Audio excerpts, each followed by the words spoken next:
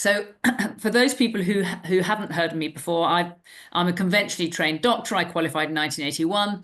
I did 20 years as an NHS general practitioner. And since 2000, I've been working as an independent medical consultant. And of course, the difference between me and all the other doctors, or many of the other doctors, is myself, naturopathic doctors, functional doctors. We're asking the question why. We're looking for causation. I'm sure many of you know all this. So we're running today because I talked about exclusion zone water 2 or 3 weeks ago, and there have been some wonderful follow-up questions which I've got in front of me now. So what I'll do is I'll go through the questions that have been sent to me, and then some of you are very kindly sending me some in the question and answer. So if you've got any other questions, put them in the question and answer, and I will pick up on those. Now, somebody's saying there's no sound. Mon is saying there's no sound. So is anybody else having that problem, that there's no sound? Because that's not going to work if that is the case. Can somebody let me know in the chat box, or sound is fine here, Sarah. It's fine, is it? Okay, that's great. Playing, thanks. Yeah. Okay, perfect. Thank you. Okay, so the first question is from Sylvie Harris. That say I promote the PK diet. Macola used to support a low carb, high fat diet, but has now made a 180-degree turn, saying that keto diets and fasting are damaging to your health long term, and you should eat more carbohydrates. I'm confused. Now, whenever I have a difficult question, then I always go back to first principles of evolutionary biology. What did humans evolve consuming? And humans going back, hundreds of thousands of millions of years, obviously by definition they ate a paleo diet, but that diet would have been low in carbohydrates for most of the year. Now, there was a window of time in the autumn when carbohydrates were freely available. We call it a windfall, an autumn windfall of fruits and vegetables and nuts and seeds and root vegetables and so on. And of course, they're high in carbohydrates. That would have switched on the carbohydrate addiction gene. And so we'd have eaten those foods in an addictive way, got fat, and that would have allowed us to survive the winter. But of course, in those primitive times, those carbohydrates would have just run out. And our winter was survived in ketosis, running on fat, maybe with the odd hunting where we brought down a deer or another animal and we ate that. So for the majority of the time, we would have, primitive man, primitive woman would have been in ketosis. So, my patients aren't in ketosis all the time. I think the main reason to be in ketosis is because sugars are so damaging to the body that if there's an excess of sugars in the system, then the body will always burn them off first to get rid of the sugar. A little bit of sugar is essential. It's essential for detoxification. It's the raw material to make DNA, to make RNA, and to make ATP. So we do need some carbohydrates, some sugars in the diet. But the trouble with modern diets is that they are so abundant and sugars are so addictive, people end up consuming them all the time in an addictive way because we never run out of them. So, so my view is the paleo-ketogenic diet is the evolutionary correct diet, and for most of the year we should be in ketosis at least once a day. There are some days when I'm not in ketosis at windows of time, but most of the time I am. And he says that fasting are damaging to your health. Well, I just don't buy that. Did primitive man, primitive woman, did they have 3 meals a day? No, they didn't. They fasted and they feasted. Now, from an evolutionary perspective, what would have been the most rate limiting step was availability of food. If you had more food, then you could increase your numbers and survive. And if you had less food, then of course you're in trouble. So we have to ask ourselves, what is the most important evolutionary ploy to make the most of the food we've got? And the answer is that when food is in abundance, and it's freely available, as in the autumn with the windfalls of fruit and nuts and seeds or whatever, then the best evolutionary ploy would be to eat as much as you possibly could and sit around and do nothing. Don't burn off that energy. Don't waste it, playing games or playing the fool. Conserve that energy as fat and get as fat as you possibly can. So what that means is that feasting should make us fatigued.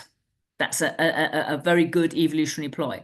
But by contrast, if the food is not available, i.e. we're fasting, then in order to make that food available, we need physical energy and we need mental energy. And fasting makes us clever. So I know it's very counterintuitive, but a lot of food is going to make us fatigued. But fasting is going to make us have actually more energy, and the brain will work better. We will get clever. And there are any number of studies showing that fasting improves the function of the brain. So I am a fan of fasting. I think we should eat all our food in a day, ideally within a 6-hour window of time. Now, I don't do that every day. Sometimes I feel a bit peckish and I do have breakfast, but we should eat most of our food within a 6-hour window of time. And one of the reasons for that is because after 16 hours of fasting, you switch on autophagy or self-eating. And essentially, it's like an internal spring clean. Now, we are throwing up cancer cells all the time. Just from background radiation, we produce about 10,000 mutations every second. So our bodies are constantly being damaged by background radiation, by life, by the production of energy. And it's during autophagy that we mop up that cellular debris, those abnormal cells which are maybe cancerous and not behaving themselves or whatever. So by time restrictive eating, we have 2 hours a day of autophagy, and then maybe once a week do a 24-hour fast. So what I do is I don't normally have breakfast, skip lunch, so you go supper to supper, and then once every 3 months or maybe every 6 months do a 3-day fast. Now, fasting is in the mind. The prospect of doing a fast often appalls. Oh, I can't do that. I might be hungry. And the answer is yes, you will be hungry. You might get that rumble, I need something to eat. But if you ask yourself, is the brain working well? Guess what? It is. Is the body working well? Guess what? Yes, it is. The samurai warriors, for example, they would, before any major altercation, they would fast for 24 hours. And some of you may be aware of the work of Dr. Ian Lake, who is an NHS GP based down in Stroud. He is a type 1 diabetic. So he has to have some insulin every day. So we can guarantee to reverse type 2 diabetes with a PK diet and other bits and bobs. But with type 1 diabetes, you always need a bit of baseline insulin. Now, he's done a ketogenic diet for some years now, and his insulin levels, his insulin usage is very stable. He did a 5-day fast, during which he ran 20 miles every day. He ran from Stroud to Bristol. And guess what? His blood sugar levels were absolutely level. His insulin requirement was unchanged. He did it with Matthew Pinsent, who's also type 1 diabetic, and other athletes. So fasting and the paleoketogenic diet are evolutionarily correct. So, so that's why I'm an advocate of that. Okay. So is the shape of, this is from LO, is the shape of EZ water molecules related to carbon-60 with a fullerene shape? Okay, well, I'm not sure what carbon-60 is with a fullerene shape. My guess is it's a buckyball. This is from A-level chemistry, but I don't know. But no, the shape of exclusion zone water is a honeycomb shape. It's layers like graphite, and one layer sits on top of the other in a very tight physical structure. And because it's so tight, it excludes all molecules, and that includes protons. And of course, protons are the smallest atom that you can generate, or the smallest particle you can generate. So I don't think it's related to C60. And does hydrogen water help with the free radicals? I don't know. I mean, I've looked at hydrogen water. I'm not quite sure of the mechanism of action of hydrogen water. Maybe it manifests through exclusion zone water, but I don't know. Emma Carr, what about wayward water and its benefits? I'm ashamed to say I don't know what wayward water is, so sorry about that. Stella Cross, I distill my tap water and use that for herbal teas and cook with it. Is there a danger to using distilled water like that? No, I think that's absolutely fine. The only thing I would do is, of course, we like to have some minerals in our water. And I have a product called Sunshine Salt that I make, which has got all the minerals in. I put it together because I couldn't find a multi-mineral on the market that had all the minerals that I thought was essential for the body and available. So I put this together, which has got all the minerals in physiological doses and a form that's soluble. So if you put a pinch of that in your tap water, you turn it into a higher quality mineral water. So that would be a good start. Epsom salt baths using unfiltered tap water. I don't think so. I mean, we put Epsom salts in baths at the rate of about 0.5 kilogram per bath, and that's going to overwhelm the presence of any other minerals that may be there. I wonder if drinking gelatin helps create gel water in the body. I don't know. Gelatin is basically a protein structure. The thing that improves exclusion zone water better than anything else is sulfur groups, sulfate groups, like MSM, like DMSO, like glutathione, like NAC. All these are going to be good for EZ water. And we are all sulfur deficient. Some of you may be aware of the work of Dr. G.I. Janelle, who's an American doctor, who's a great fan of MSM, which is methyl sulfonyl methane. And the joy of MSM is it's very inexpensive. You can buy it very cheaply. And she recommends that we have a window of time of about 3 months where we take about 15 grams, about 3 teaspoons a day. So what I suggest you do is make bone broth. I'm very lucky. I've got a wood burning stove, so I have a pot bubbling away there all the time. So I have a cup of bone broth and 3 spoonfuls of MSM in there. Doesn't taste too awful. Generous pinch of sunshine salt, and that goes down the hatch. It's very good for the gut. It's very good for connective tissue. It's very good for bones. I don't know, but I'm running a few tests with some people. I think it might help pull out toxic metals, which is a common problem. And again, it's the sulfur-containing amino acids that we know are so good for detoxing heavy metals, like DMSA, for example. And so it's a good all-rounder. Okay, deuterium reduced water, prevent it, is only shipped in Europe. How do we get it in the US? I'm ashamed to say I don't know the answer to that question. Can you explain how exclusion zone water contributes to the formation of thrombi? Okay, well, it's actually the other way round. The point about exclusion zone water is it coats every single surface in the body, every single surface of all cells, all mitochondria, and the lining of blood vessels. And what that means is that all cells and all lines of blood vessels are negatively charged. Now, if things are negatively charged, they can't stick together. They oppose each other electrically. So what this means is having good quality exclusion zone water is going to prevent us from getting thrombi. It's going to stop us from getting sticky blood. It's going to reduce friction in the bloodstream. So red cells, white cells, platelets can move in a frictionless way, and that's going to massively improve the circulation. And what's so interesting is that where you have inflammation, you have destruction of exclusion zone water. And we know this from a blood test called an ESR, an erythrocyte sedimentation rate.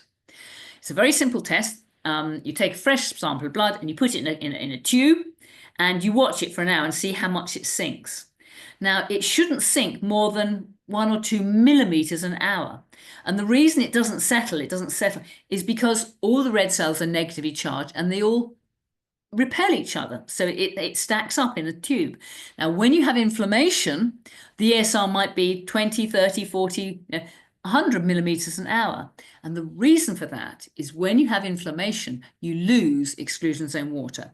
Those cells lose their negative charge. And guess what happens where there's inflammation? You get sticky blood, because all the cells pile up on each other. It's called rouleau. You can sometimes see it, on a blood stain. It's the cells sticking together and stacking up on each other. And it's a disaster. That's what causes thrombi. So the joy of exclusion zone water is it doesn't contribute to the formation of thrombi. It prevents it. And that's really important to know. And what happens in CFS and ME? Well, what we need 3 things for exclusion zone water. We need a hydrophilic surface, that's every membrane surface in the body. We need water and we need heat. We need background radiation in the form of far infrared. Now, chronic fatigue syndrome is characterized by poor energy delivery mechanisms. And the analogy I like to use is the car analogy. For good energy delivery mechanisms, you need the right fuel in the tank, PK dart. You need some oxygen, you need your mitochondrial engine, the thyroid accelerator pedal, and the adrenal gearbox. And if any one of those isn't working properly, then you will run cold. And if you run cold, then you don't have good exclusion zone water. It gets thinner, and therefore it's going to drive inflammation and stickiness of the blood. So keeping warm is really, really, really important. In fact, a really easy way to measure your core temperature, which I worked out for myself the other day, is use one of these things, these digital thermometers. Now, they're normally just point at the forehead, and you point at that, and you get a reading, and that reading is, oh, hang on, hasn't had a chance. That reading is 36.3. Well, that's not really a core temperature, but if you point it at the back of your throat like this, that's more like it, 37.2. So it's a much easier way of doing your core temperature than a rectal thermometer or a thermometer under the tongue. It's instant, just point at the back of the mouth, and you get an instant reading. So that's a very good way of, or an indirect way of measuring energy delivery mechanisms. So what does this mean for athletes doing cold plunges? Well, athletes don't have chronic fatigue syndrome. They start off nice and warm, and we're talking about core temperature here. So a quick cold plunge will freeze the skin. The head will be very cold, all the skin will be very cold, but it shouldn't change the core temperature. The core temperature should remain the same. And I think what those cold plunges do is they give the adrenals a huge kick. And that's what you get your buzz, your high from. I'm afraid I'm a wimp. I can't bear to do those cold plunges. But you wouldn't want to stay in for too long, because if you stayed in for too long, you would then get hypothermia, and then you would die very quickly. I used to look after a lovely old boy who lived in my end room, called Tony Ditcham, and he served in the Arctic convoys in the Second World War. Fantastic book on that. If any man fell into the water from those Arctic convoys, their life expectancy was 2 minutes. And the reason is because that water is freezing, bitterly cold.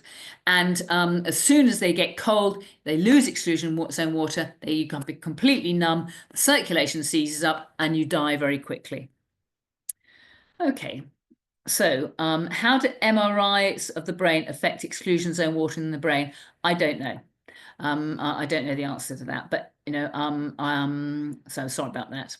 How do you deal with saturated fats when a person has an APO for a genetic mutation? Not so bad. Okay. That's a very long question, but I think we're talking about lipoprotein A here, which is a protein which is associated with sticky blood. Now, you need to read Linus Pauling's book, and the name of it won't come into my head. Oh, that's right. I think Practicing Medicine Without a License, I think it's called.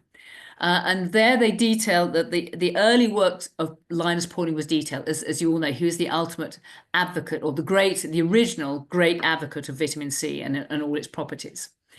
And as you all know, it's humans, fruit bats, and guinea pigs that cannot make their own vitamin C.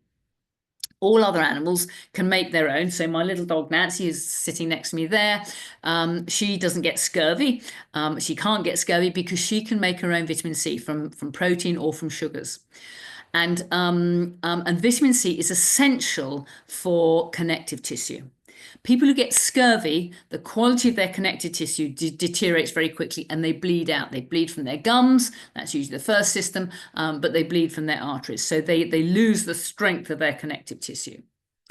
Now, problems particularly arise in humans, especially when we're lacking vitamin C for whatever reason, because the connective tissue is weak. And so evolution has come up with an answer, and that answer is lipoprotein A. So lipoprotein A takes over the role of vitamin C when we're deficient in vitamin C. So my view is you can get around this problem by taking vitamin C every day. And Linus Pauling reckoned that if we scale up from animals, from dogs, from cats, from horses, who can make their own vitamin C, weight for weight, humans need about 5,400 milligrams a day. So I round that to 5,000 milligrams a day. That's a teaspoon of a vitamin C every day. I think we should be taking that for optimum health. Okay, not supposed to consume saturated fats with this rubbish. That's this is from LO. Sorry about that, LO. I'm a very rude person. But saturated fats are so important for our health. They are vital for membrane structure. They're vital for the brain. They're vital for to make all our hormones. Saturated fats are good. They do not damage arteries. In fact, one example of how benign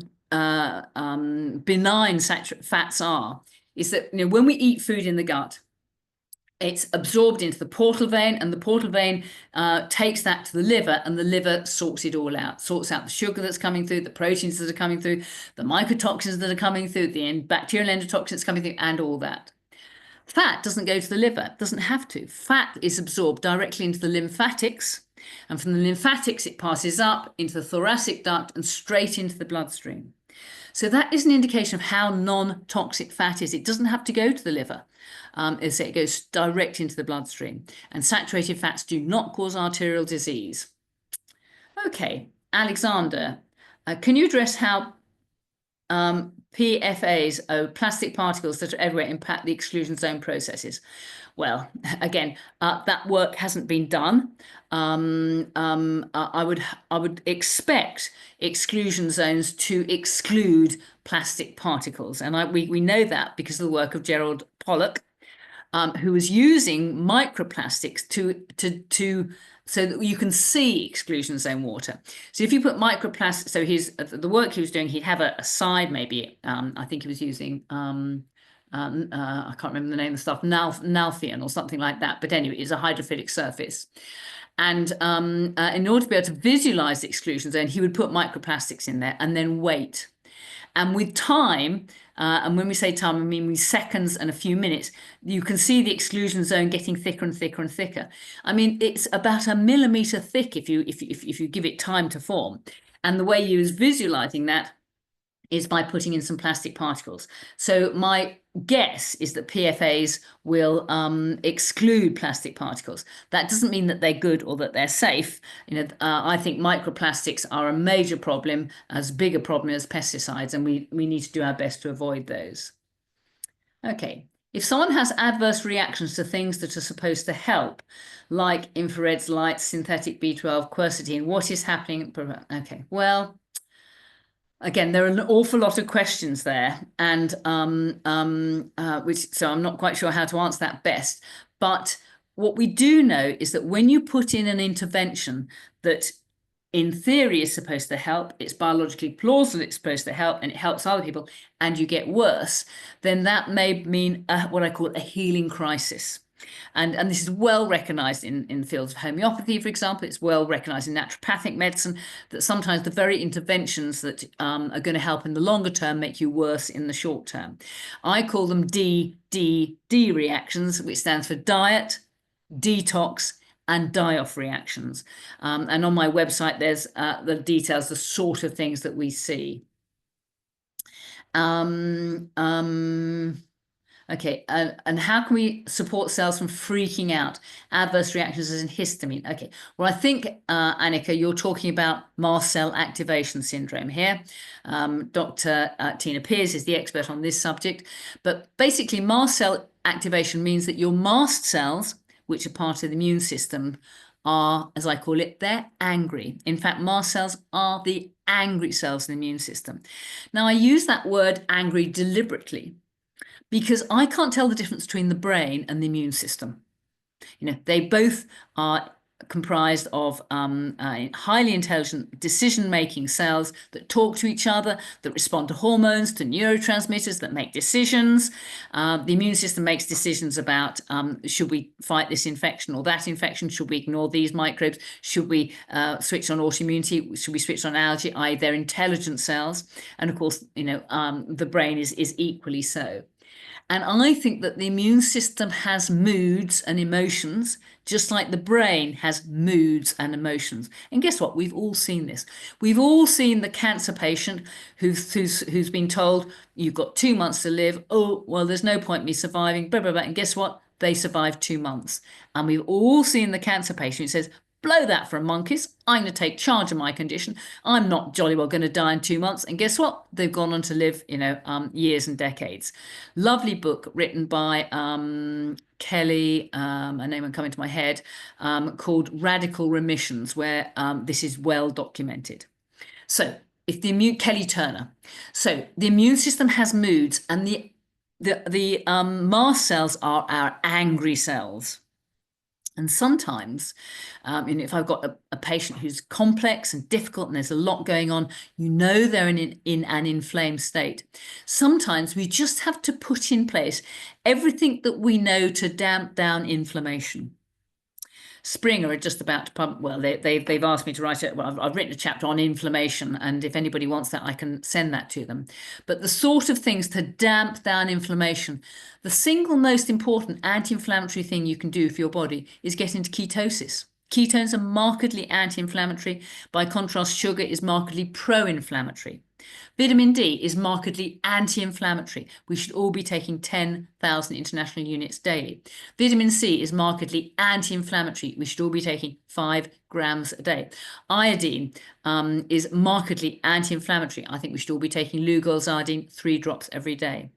And then some foods, obviously the foods that drive allergies, particularly gluten, grains and dairy products and yeast, cut those out and you're in a less inflamed state. Many people are great advocates of the carnivore diet because that is an anti-inflammatory diet. So there's a lot of general things we can do to damp down inflammation. And there are 2 systems in the body for controlling inflammation. One is the endogenous cannabinoid system. And for many people with inflammation, modest doses of CBD oils are very helpful. And there are any number of studies showing that CBD oil is good for inflammation. And the other one is the endogenous opiate system. We make our own opiates in our body, and they too damp down inflammation. And a very simple and safe treatment to boost that is low-dose naltrexone. Wonderful website, the Low-Dose Naltrexone Trust have set up, and there are literally hundreds of studies showing how LDN is effective in a whole range of conditions. And if you look at those conditions, all of them are associated with inflammation.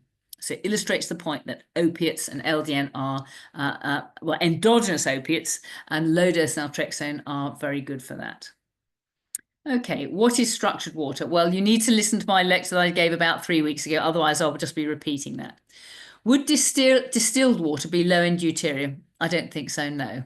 That doesn't work. How do Wim Hof cold plunges work? Okay, I think that the Wim Hof cold plunges work because they are a powerful stimulus to the adrenal glands. And I'm not sure about that, but it's biologically plausible, and you get a great high from that if you can survive that. Some people aggravate on sulfur-rich food and supplements. Why is that? Now that's really interesting. That is often a symptom of sulfur deficiency, because if you're on a sulfur-depleted diet, you get the wrong microbes in the gut, which then ferment sulfur. And one of the reasons I like MSM is because it's so good for the gut. Because in the aerobic environment of the upper gut, because the stomach has got oxygen, a good oxygen supply to it. In the aerobic environment of the upper gut, it kills microbes. But in the anaerobic conditions of the microbiome, which is the last 5 foot of our gut, the large bowel, it feeds them. It's a probiotic, or rather, it's a prebiotic. So, if you aggravate on sulfur-rich foods, it probably points to a deficiency. And the way I would tackle that is first of all, tackle the upper fermenting gut, because that's where these abnormal fermenters are. And we do that by starving them out, by not feeding them sugars and carbohydrates, and then we kill them with vitamin C and iodine. And then maybe add in the MSM, and hopefully you will then tolerate that. Please can you talk about more about using DMSO? Well, I could talk all day about DMSO. It's very useful stuff. But basically, what drew me to DMSO is the work of the guy who developed the Gaia hypothesis, whose name will come into my head in a moment.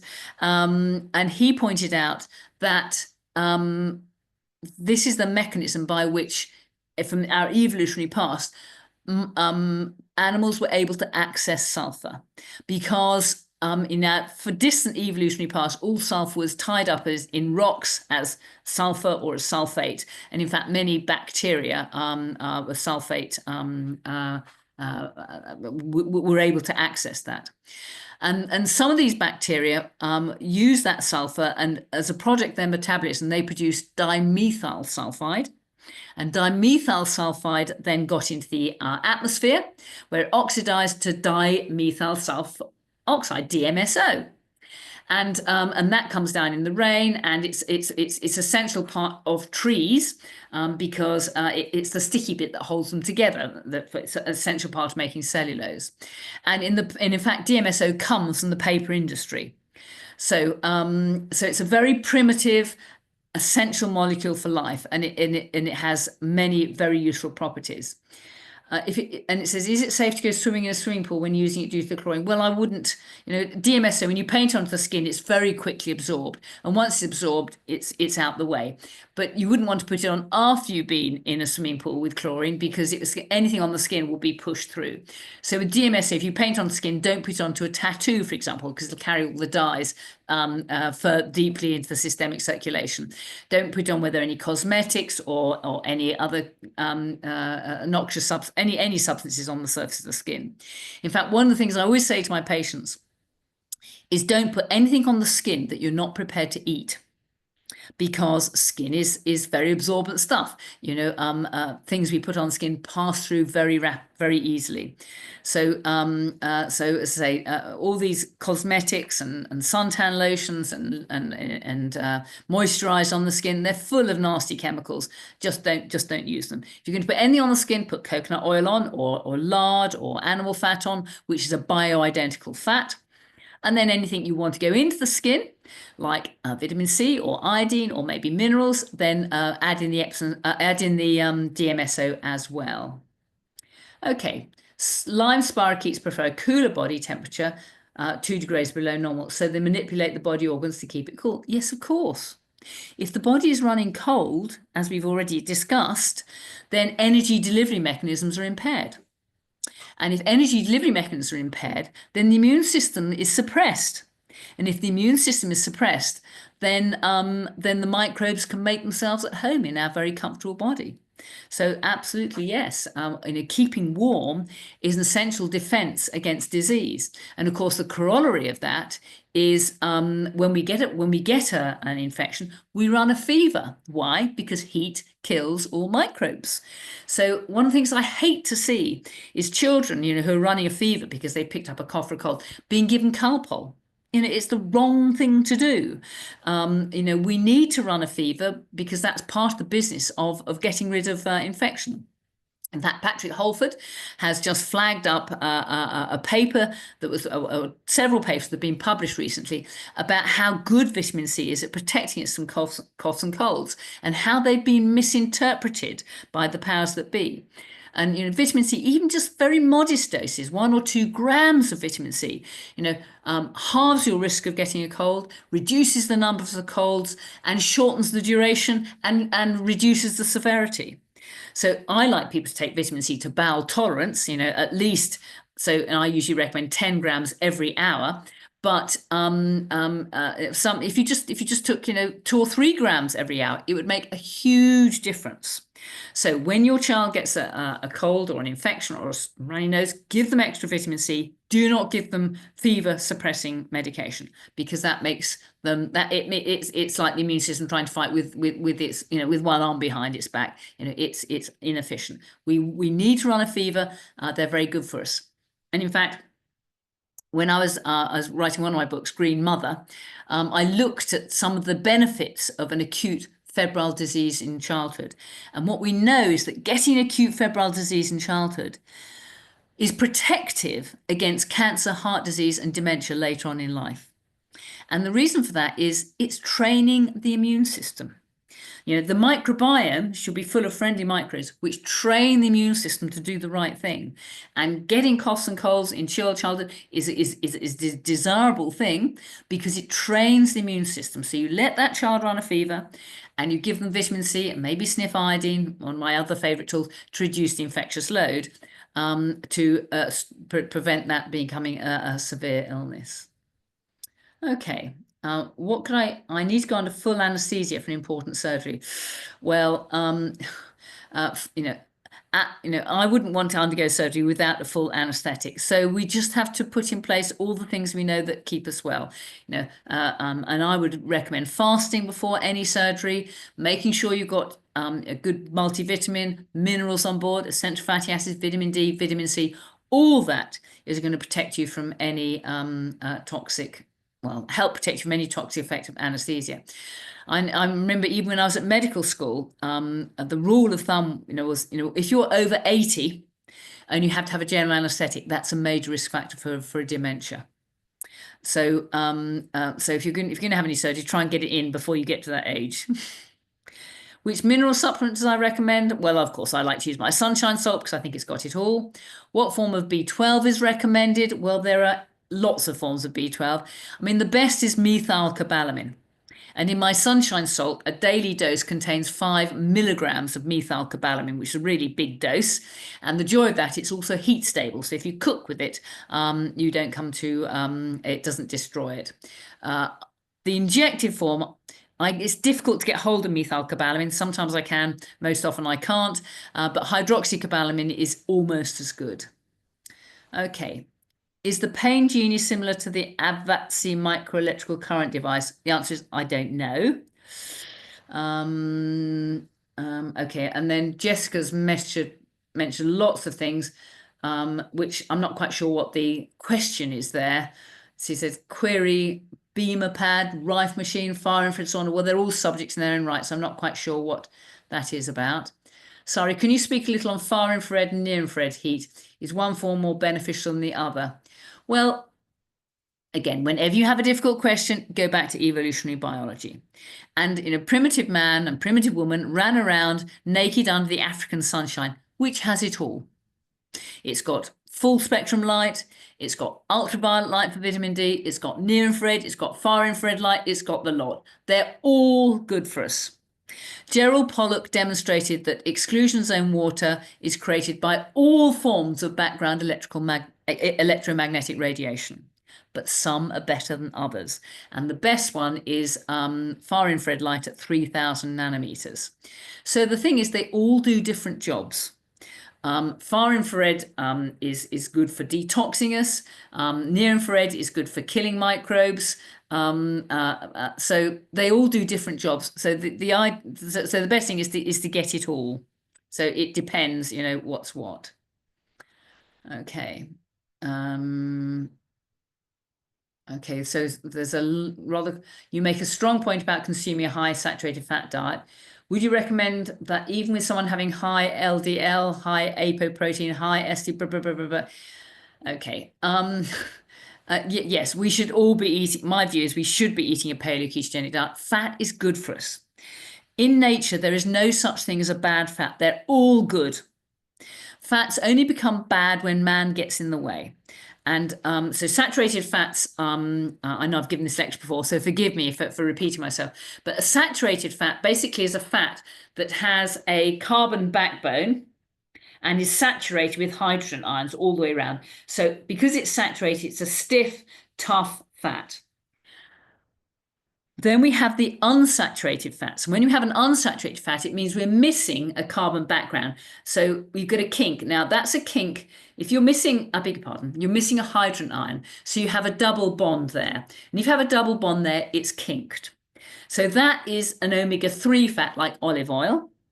Or you can have a polyunsaturated fat, which has got a kink at omega-3, a kink at omega-6, and maybe a kink at omega-9 as well. And they're all, in nature, they're all boomerang shaped, and they're all left-handed. They're all cis fats. But if you heat them or if you hydrogenate them, some will flip into a trans fat. Now that trans fat doesn't fit biological enzyme systems. It's the wrong shape, and that's why they're so damaging. Okay, and high LPA, we've touched on that. That's all about taking extra vitamin C. Okay, is the pain genie suitable for autoimmune muscle conditions? The pain genie, I think the mechanism by which pain genie works is I think it restores exclusion zone water. And that's why conditions associated with stiffness and inflammation, I think, is when we've lost exclusion zone water, and the pain genie restores that. And that squares very well with what we see clinically, whether it's tennis elbow, frozen shoulder, tendonitis, bursitis, housemaid's knees, all those sort of things. The Pain Genie is often very helpful. Do have a look at the Pain Genie website. There are lots of very good clinical anecdotal reports there. And anecdotes are very important. We've all been brainwashed into thinking that the only thing we should be talking about is placebo-controlled double-blind trials. But by doing that, we're just buying into the drug company model.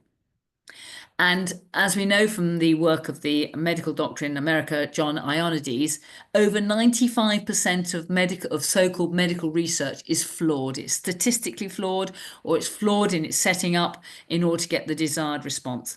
So always, whenever you read a paper, don't be satisfied with just reading the abstract at the start, because very often the abstract doesn't reflect what's in the body of the paper. And always look at the authors and their affiliations, because so many of them are bankrolled directly or indirectly by drug companies. So I love anecdotes. I think that is the true medicine. That's how we learn. We learn by seeing things with our own eyes and putting an intervention and seeing somebody get better. And I think that's the most powerful. Yeah, as I was saying, Rosemary Waring, who's a biochemist at Birmingham, she did a study with 19 of her students where she asked them all to take Epsom salt baths every night for 2 weeks, and she measured the levels of magnesium and sulfate in their blood and their urine before and after. And in every single case, the parameters rose, which tells us that magnesium and the sulfate is well absorbed through the skin and it's excreted in the urine. And she commented that 2 of her mature patients said that their aches and pains had disappeared completely. And of course, this squares with the thousands of years of experience of taking the waters. People go to different spas to take the waters. I had a lovely Polish secretary who worked for me, and she's in Poland. They'd have some spas that were good for hearts and some that were good for arthritic conditions and others that were good for cancer and so on. And they just learnt that from experience. So I would suggest Epsom salt baths, and the joy is it's so cheap. Most people hope most people have access to a bath. And if you go to epsomsalts.co.uk, you can get a 20-kilogram sack delivered to your door for about 30 quid. So it's very affordable. So each bath costs about £1. Okay, does swimming in the sea increase structured water? I don't think so, no. It would be cold swimming in the sea. So you'd have to swim hard to keep warm. And as long as you keep warm, then I'm very happy for you to go sea swimming, but if you got very cold, then that's not a good thing. Okay, when chia seeds mixed with water makes a gel, is that exclusion zone water?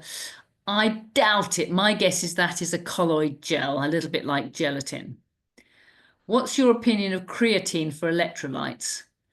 Well, creatine is something that's certainly very popular with the athletes for muscle building, but I wouldn't, I'm not quite sure what the question is there, I have to say, but you're not going to do any harm with creatine, and some people find that helpful. What about oxalate? Vitamin C is used causing pain acute. Again, that's not oxalates. I think oxalates are a fermenting gut issue. And but having said that, if you do have high oxalates, then vitamin C can make that worse. So the people to be most careful with are women who have irritable bladders or irritable perineums. If that's oxalate sensitivity, then vitamin C can make that worse. But thankfully that's fairly unusual, but it's just something to bear in mind. Do you know which sea salt contains the nanoplastic? Sea salt, I'm not quite sure. I don't quite understand that question. I mean, salt doesn't contain nanoplastics. Does cold water application in the body increasing in the morning, increasing temperature on molecular level? don't quite understand that question. Can you please talk about the connection between exclusion zone water and homeopathy? Well, that's a fascinating question. And, homeopathy has been denigrated because we can't see a biologically plausible mechanism for how it works. We just know it does work. And that is borne out by hundreds of years and hundreds of institutions and clinical experience. So we know homeopathy works. And I think that exclusion zone water provides a biologically plausible mechanism. Not my words, but the words of Luc Montagnier, who discovered HIV. So, there's some real scientists looking at this, and it makes perfect sense. Okay, if experiments show light structures water, then wouldn't placing water in glass bottles in sunshine help improve water structure? I think the point here is that the exclusion zone water is a very local effect. Using, I think it's Nathion and water and optimum background heat, the thickest layer of EZ water that Pollock could generate was 1 millimeter. So, which is millions of molecules, isn't it? Millions of molecules thick. So, I don't think, if water is liquid, like it's liquid in that glass, then it's not exclusion zone water. Right on the edge of the glass, and actually this is cold water, it's got some ice in it, there's going to be a very, very thin layer. So, water is exclusion zone water, so it's a local effect. I don't think you can't just get a whole glass of EZ water. Many of my patients with KPU are sulfur intolerant. I think we've touched on that question. As I say, I would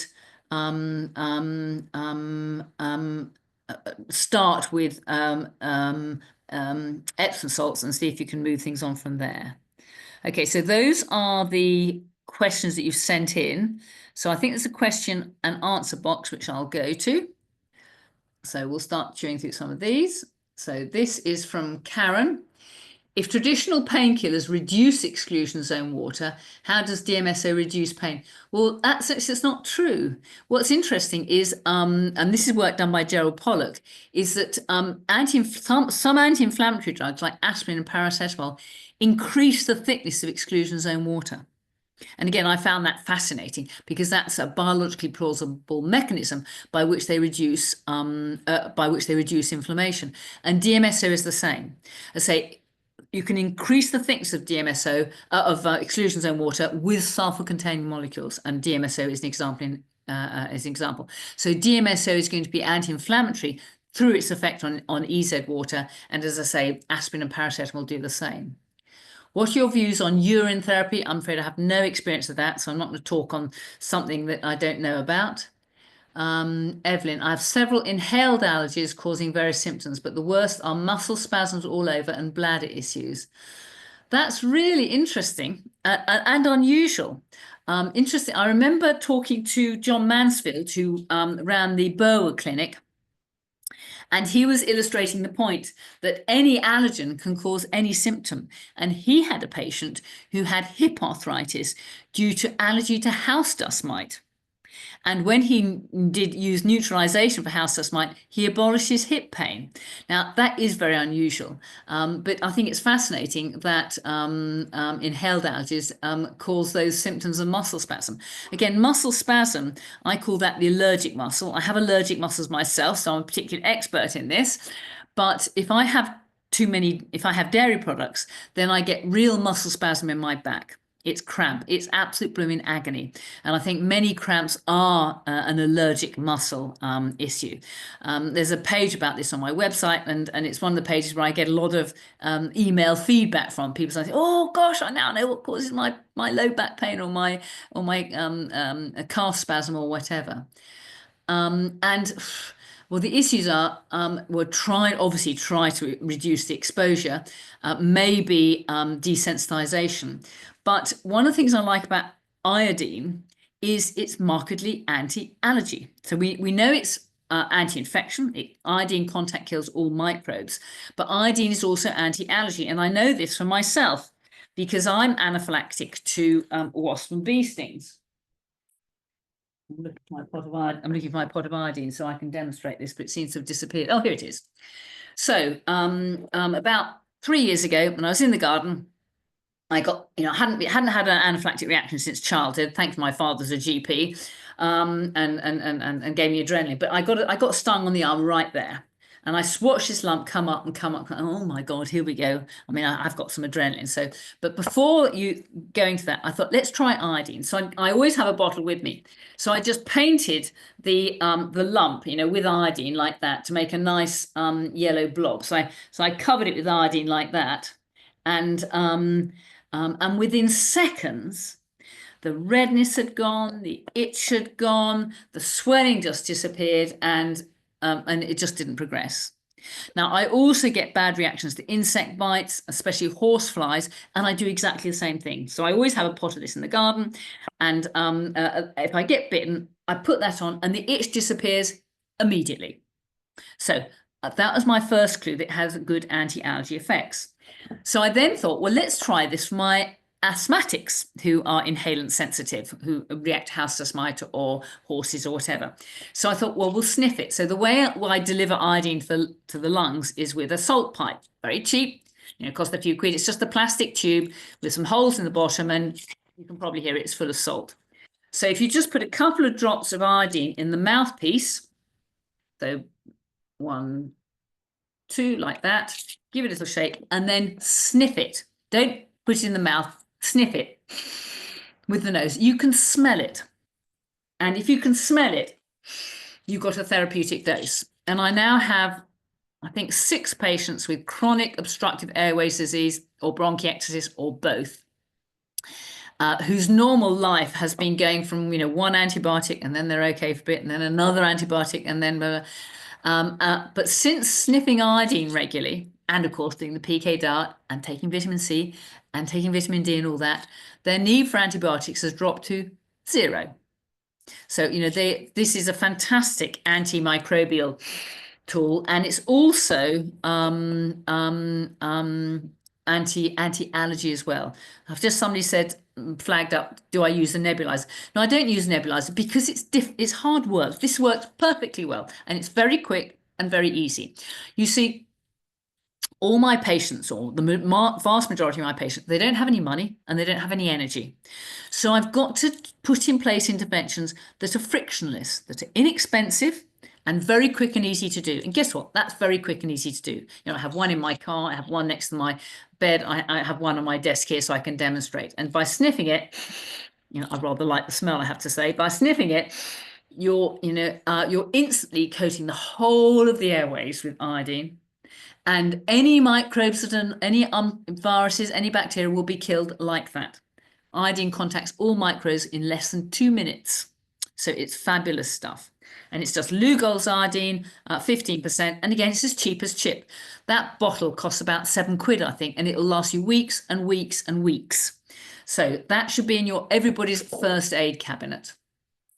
Okay, is it feasible to drink distilled water? Yes, I think we've talked about that, but say if you put a pinch of the sunshine salt, it'll be even better. What are the benefits of pain, Genie? Well, if you've got a localized pain anywhere, I think, and now I don't know, much of this is hypothesis, so forgive me, but I think that the mechanism by which the brain detects pain, because remember, when you have a pain, it's not in there, it's in there. If you anesthetize that, then there's no pain there, and there's no pain there either. But the point I'm saying is we appreciate pain in there. So the question is, how does the brain, feeling that pain in there, know that there's a problem in that hand or wherever? And I think the answer is friction. And again, obviously, one of the greatest frictions you can have is a broken bone. That's a lot of friction there, isn't it? You can't move it because there's broken bones in the way, and that's extremely painful. So, and again, we've all played the game as a child, doing a Chinese burn on your arm. That's massive friction, isn't it? So I think the ultimate mechanism of pain is friction. And what we know about exclusion zone water is that it eliminates friction. You get a frictionless surface because it's all negatively charged. And so I think that the mechanism of Pain Genie is by restoring exclusion zone water, reducing the friction, because when you get a result with it, it's instantaneous, it's straight away. You get it, you get the changes, the pains disappear within minutes. Okay, how do you maximize structured water intake? Well, you don't intake it. As I say, structured water is a local affair. And for structured water, you've got to have good quality membranes. That's a high-fat diet.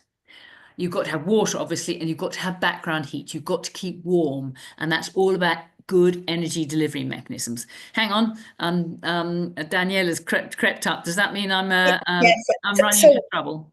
We're getting no, not at all. Everybody wants to hear more, but yeah, we are to the hour now.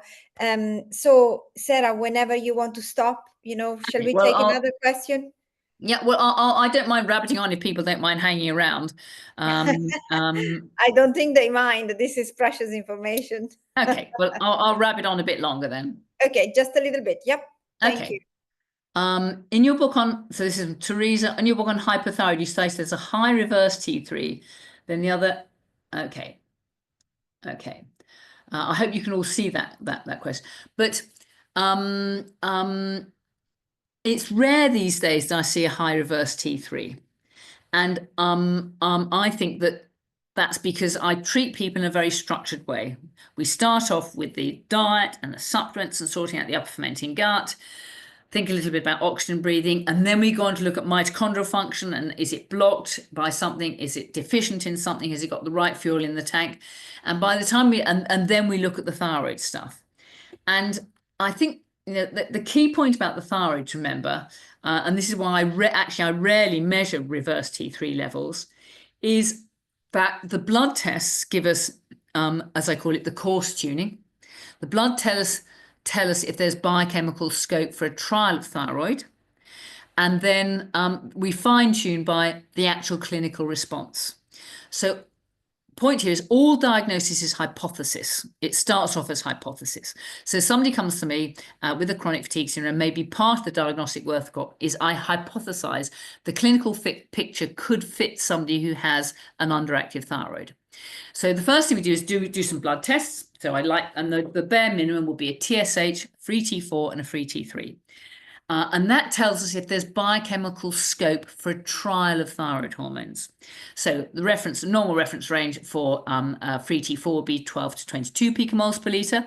So if the result comes back at 13 or 14, then yes, there is biochemical scope to try, thyroid hormones to get the level up to 17 or 18 or 19. And remember Professor Sir Anthony Toft in his book, the British Medical Association Guide to the Underactive Thyroid states some people don't feel well until their free T4 is running at 30 picomoles per litre.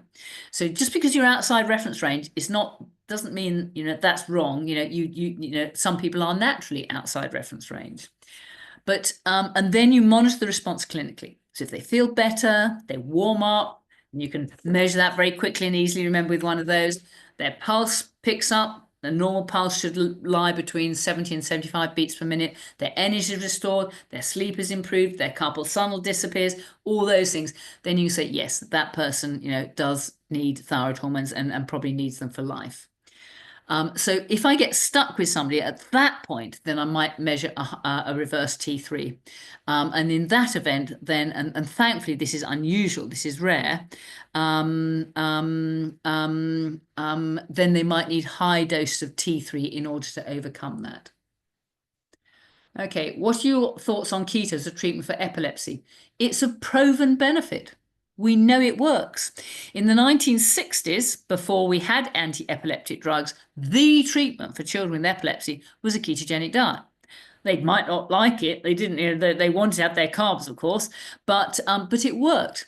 And I think the reason for that is ketones are markedly anti-inflammatory, especially in the brain. So my view is it's actually medical negligence not to try a ketogenic diet in somebody before starting the drugs. So ketogenic diet is really, really important for that. How would you think about limbic retraining for ME/CFS? I'm afraid I have no experience, so I wouldn't like to say that. Okay, just from background radiation, we get 10,000 mutations per second. Oh gosh, I'd have to look around for that one. I can't remember that off the top of my head. How do we eat intermittent fast? Okay, you can take supplements on an empty stomach. That's no problem at all. You know, the gut doesn't mind that, and I do. So I take so I have in my bathroom to remind myself. I have two shelves. I have my morning supplements and I have my evening supplements. So that just becomes part of my daily routine. It's just automatic. They go down the hatch. So that's not a problem. Dry fast for 24 hours or liquid? No. I drink water. That's I don't dry fast. What are your thoughts on near infrared light and how to use it for cellular health? Well, it's good stuff. I mean, all light is good for us. I'm very privileged. You know, I work in my conservatory. Obviously, it's dark now, but in the day, I have this wonderful light in here, and it's full spectrum light, and I know I function much better in here. And you know, that's why when you look at office blocks, you know, in London, they're solid glass, aren't they? You know, look at the what's it called, the olive or the shard. They're solid glass. Why? Because people function much better in natural light. I even remember reading a study some decades ago about children in classrooms. And when I was at school, we all had our own desk, and you all sat at the same place every time. And the children next to the window performed much better than the children who are away from the window. Very simple thing, but illustrates how light is so good for our function. I caught the vial bioweapon, and I've been unable to get rid of the spike protein. Will I ever be okay? That's Anne Brown's question.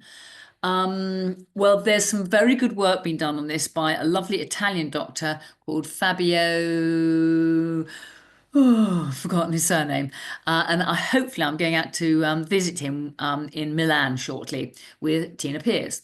And he has developed something called augmented NAC. And it's a sulfur-containing molecule. And Fabio has done some research to look at the excretion of the degradation products of spike protein after taking augmented NAC. And his studies show that it's massively increased. Now, with just ordinary NAC, you get about 14% degradation products coming. With the augmented NAC, it's more like 95%. So that is going to be, very interesting. So that is a possibility. I mean, there are other biologically plausible mechanisms like serapeptidase, but no work's been done on this. But Fabio has done this work, and if that does work, that would be very helpful. The problem is it's expensive. So the 60 tablets or capsules of 200 milligrams, I think the dose is 400 milligrams a day, is about 60 quid. So it is expensive. I'm hoping, I don't know, that MSM will work as well. And guess what? That's gloriously inexpensive.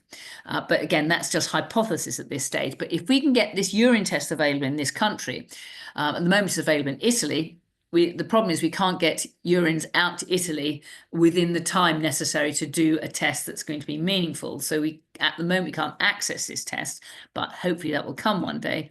Then we can be a bit more accurate about it. But my guess is it's going to be sulfur-containing proteins that are going to do the biz, and augmented NAC is a very good start. Is it safe to take Mutaflor if there's a suspicion of small intestinal bowel overgrowth? Yes, Mutaflor is a very safe probiotic, and it's the friendly form of E. coli. Some problems arise because some people get allergic to microbes. So the yeast allergics, for example, will obviously be allergic to any yeast that might be fermenting in their upper gut. And that's quite a common clinical problem, especially if you're having too many sugars and carbohydrates in the diet and a lot of fruit. So if you eat fruit, basically fruit is a bag of sugar with yeast on the outside. I mean, that's what an apple is, isn't it? That's how we make cider. That's how we make wine from grapes. That's how we make any alcoholic drink from any fruit. It ferments from the yeasts that are naturally present. And the same thing can happen in the upper gut. It's also called the auto-brewery syndrome for the same reason. So Mutaflor is usually okay, so long as you're not allergic to it. So eating onions and garlic will help adding sulfate? Yes, absolutely. Is there a good line online resource for deuterium levels in food. Well, you can Google that. One of the Again, there's a fascinating theory that's and again the guy won't come into my head who developed it. Basically, see, we have to hang on, I'm jumping ahead of myself. The business of making energy from fuel, ideally ketones, is extraordinarily complex and counterintuitive. It involves proton pumps. It's and this extraordinary theory of chemiosmosis was developed by Peter Mitchell. And the question is, why have we got such a complex mechanism for producing energy? And a biologically plausible theory is that the business of that actually filters out deuterium water, deuterium depleted water. And the reason that is so important is because the business of making energy in mitochondria using ATP synthase means that molecules have to be in exactly the right three-dimensional space. If they're not in exactly the right three-dimensional space, it becomes inefficient. The analogy I like to use is a car factory. If you've got a car factory that's making cars, then you've got to have all the right bits coming in at just the right time, at just the right position, at just the right space to get cars coming off the production line in a smooth and efficient way. If there's one wheel nut that doesn't arrive at the right time, then you're not going to get a car coming off the end. And it's exactly the same in mitochondria. Everything's got to be in just the right space. Now, the problem with deuterium is that it's a hydrogen ion with an extra neutron in there. It's the wrong shape, it's the wrong weight, and it messes up chemiosmosis. So the more deuterium we can get rid of, the more efficient that runs. And of course, every live creature effectively in nature uses chemiosmosis to generate energy. And of course, the business of making energy from the sunshine is chemiosmosis in reverse. That's called photosynthesis. But again, it works best without deuterium water. So the way we get hold of deuterium water is by eating things that already filtered it out. And this is why whole vegetables are so important. Eating whole meats are so important. Not dried or reconstituted or dehydrated. It's got to be whole, fresh or frozen, because the food contained within that is already going to be deuterium depleted. And fat is one of the most deuterium depleted substances you can get. And if you are in ketosis and you are running on fats, then you create metabolic water. And that metabolic water you create is going to be deuterium depleted.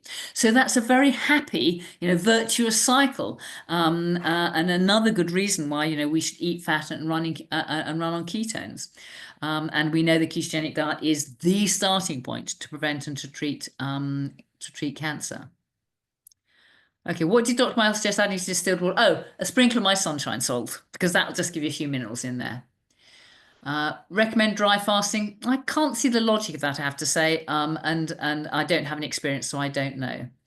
Can EZ water help with severe heartburn caused by onion or garlic? Well, that's no, it won't. You can't, as I say, you can't drink EZ water. Well, I don't think you can drink EZ water because it's a local effect. EZ water is created when water spends time in contact with the surface, a hydrophilic surface like a cell membrane, and you've got the heat coming in. But heartburn is nearly always upper fermenting gut, which can be driven by fermentation or maybe allergy.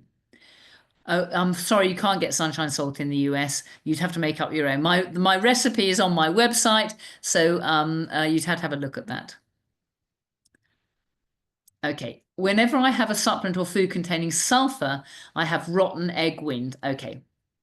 Well, that suggests to me that, what that tells me is that you're fermenting sulfur in your large bowel. So you've got the wrong microbes there that are fermenting, or possibly you're not digesting well in the upper gut. What can I do about this? Well, first of all, get the sulfur in by Epsom salt bath, so that's a good start. I'd have to think about that. Have you tried pancreatic enzymes? Would be well worth considering, because the point is the sulfur's getting through into the large bowel where it shouldn't be. So it might be you've got short gut transit time, so there's not time for the sulfur to be absorbed in the upper gut. It may be in a form that's not very well absorbed. So I'd be thinking malabsorption, I'd be thinking short gut transit time, and go from there. Okay, is there a safe level of lead in the water? And the answer is no. There is no such thing as safe levels of lead. But having said that, the body can cope with a certain amount. So, and again, this is why sulfur is so important, because lead is attracted, or all metals are attracted to sulfur, and it binds them up so that they are in a safer form and can be excreted more readily. But okay. The other thing to bear in mind is that toxic metals are only a problem if you are deficient in friendly minerals. And the reason for that is toxic metals, we can't get rid of them through sweating regimes, but toxic metals are a problem when they actually get incorporated into body enzyme systems. And so the way to stop that happening is to take and they get incorporated in body enzyme systems when the body hasn't got enough zinc or selenium or magnesium or whatever. And so it grabs something that looks similar. I'm going on too long, aren't I? I can see that. We can. It's not too long. It's really lovely. You know, this is great, but we've got to. Okay. Well, let's call it a night then, because I've got to take the dog out for a last walk, and I'm an early bird in the morning. And if we want to have another evening and pick up on some of these, then of course we can do that. Oh, thank you, Sarah. Thank you. And also, before you go, can you please tell us where we can buy your books? I guess we can get them on your website. Yes. They're I put a link there. If you just go to sales@drmyhill.co.uk, then they all come up there.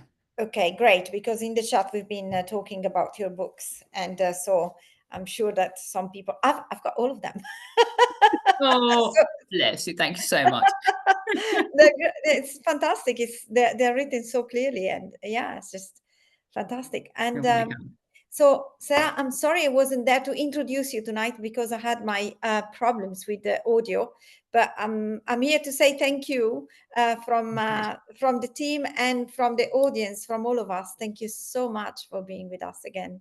My pleasure. And I run. If anybody wants to join me for an EKMed weekend, as you can see, I'm a good talker. But I run EKMed weekends at my home, and people come on Thursday night, and then I talk all day Friday, Saturday, Sunday.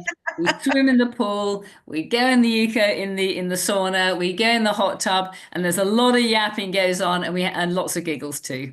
Well, are you inviting the 450 people that are on? No, well, not all at the same time, perhaps. I'm coming. Keep a spot for me, please. Yeah, that'd be fun. Do come. I say it's always good fun. Thank you so much. And I'm gonna do exactly what you are going to do. I'm gonna walk my dog. So thank you again, and My thank pleasure. you for all of us. Thank you. Okay. Good night. Good night. Thank you.